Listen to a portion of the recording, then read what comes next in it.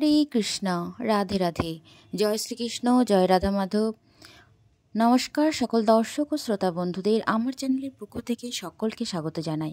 আশা করছি ঈশ্বরের আশীর্বাদে আপনারা সকলেই ভালো আছেন, আমিও বেশ ভালো আছি।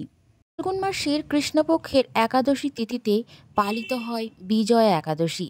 এবছর অর্থাৎ 2025 সালে 24শে ফেব্রুয়ারি সোমবার বিজয়া একাদশী পালিত হচ্ছে। অর্থাৎ আজকের দিনে পালিত হচ্ছে বিজয়া একাদশী। এই ব্রত পালন করলে সমস্ত ক্ষেত্রে জয় ও সাফল্য লাভ করা যায়, পাশাপাশি বিষ্ণুর কৃপায় সুখ সমৃদ্ধির পথ প্রশস্ত হয়। বিজয়া একাদশী ব্রত পাপ ক্ষয় করে মোক্ষ লাভের পথ প্রশস্ত করে। 20শে ফেব্রুয়ারি দুপুর 1:55 থেকে একাদশী তিথি শুরু হবে এবং সমাপ্ত হবে 24শে ফেব্রুয়ারি 1:44 পর্যন্ত। উদয়া তিথি অনুযায়ী 24শে ফেব্রুয়ারি অর্থাৎ সোমবার আজকের দিনে একাদশী তিথি পালিত হবে। শাস্ত্রমতে এই একাদশী ব্রত পালন করলে বিষ্ণু প্রসন্ন হন এবং পাপ মুক্তির আশীর্বাদ দেন, পাশাপাশি মোক্ষ লাভের পথ প্রশস্ত হয়। বিজয়া একাদশীর উপবাস ও ব্রত করলে সমস্ত কাজে জয়ী হওয়ার আশীর্বাদ পাওয়া যায়। বিজয়া একাদশী তিথিতে শ্রী বিষ্ণুর পুজোর পাশাপাশি ব্রতকথা পাঠের নিয়মও রয়েছে। তাই এই দিনে অবশ্যই একটিবার হলেও এই ব্রতকথা পাঠ করুন। যদি সম্ভব হয় পাঠ করুন, যদি সম্ভব না হয় তাহলে অন্তত একটিবার শ্রবণ করুন। পৌরাণিক কাহিনী অনুযায়ী 14 বছরের বনবাসকালে রাম পঞ্চবটিতে লক্ষ্মণ ও সীতার সঙ্গে বাস করতেন। লঙ্কাধিপতি রাবণ ছলচাতুরি করে পঞ্চবটি থেকে সীতা হরণ করেন। সেই দুঃখে রাম ব্যাকুল হয়ে পড়েন। সীতার সন্ধানে বেরিয়ে জটায়ুর সঙ্গে তার দেখা হয় এবং তার কাছ থেকে রাবণ দ্বারা সীতা হরণ সম্পর্কে জানতে পারেন। এরপর বনের মধ্যে কবন্ধ নামক রাক্ষস বধ করেন রাম। তারপর সুগ্রীবের সঙ্গে তার বন্ধুত্ব হয়। এরপরই রামের জন্য বানর সেনা একত্রিত হন।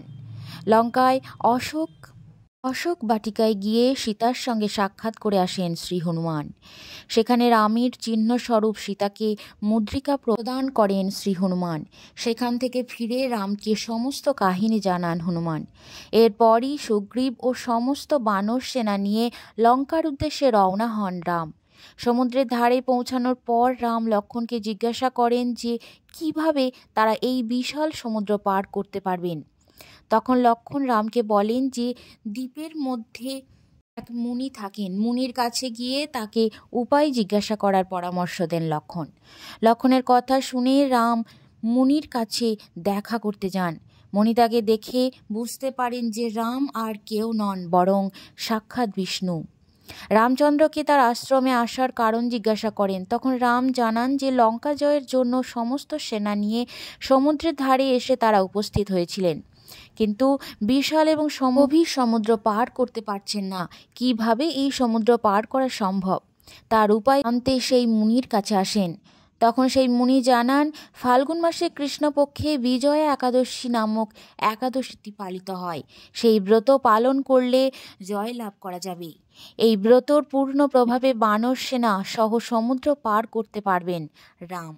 এরপর মুনি বিজয়া একাদশী ব্রত পালনের নিয়ম জানান। বলেন, ফাল্গুন কৃষ্ণ দশমী তিথিতে সোনা, রূপো, তামা অথবা মাটির একটি কলস স্থাপন করতে, জল ভর্তি এই কলসে পাতা রাখতে, তার উপর নারায়ণের বিগ্রহ স্থাপন করতে বলেন সেই মুনি।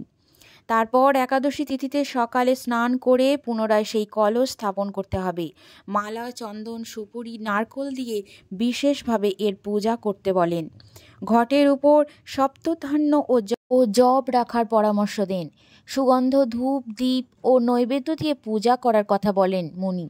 তারপর সেই ঘটের সামনে বসে উত্তম কথাবার্তা, শুদ্ধ কার্য করে দিন কাটানোর পরামর্শ দেন। রাত্রি জাগরণের প্রস্তাব দেন সেই মুনি। আবার অখণ্ড ব্রত সিদ্ধির জন্য ঘিয়ের প্রদীপ প্রজ্বলন করতে বলেন। তারপর দ্বাদশী তিথিতে সূর্যোদয়ের পর সেই কলসকে কোনো জলাশয়ের ধারে স্থাপিত করে নিয়ম মেনে পূজা করে দেব প্রতিমা সহ সেই কলসকে বেদবেত্তা ব্রাহ্মণকে দান করতে বলেন। কলসের সঙ্গে অন্যান্য বস্তু দানের কথাও বলেন।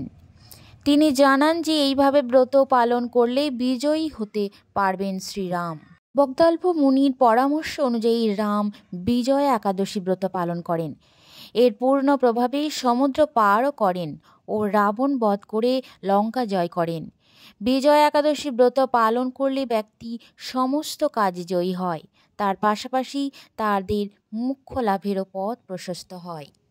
তখন থেকেই ছড়িয়ে পড়ল এই বিজয়া একাদশীর ব্রত কথা।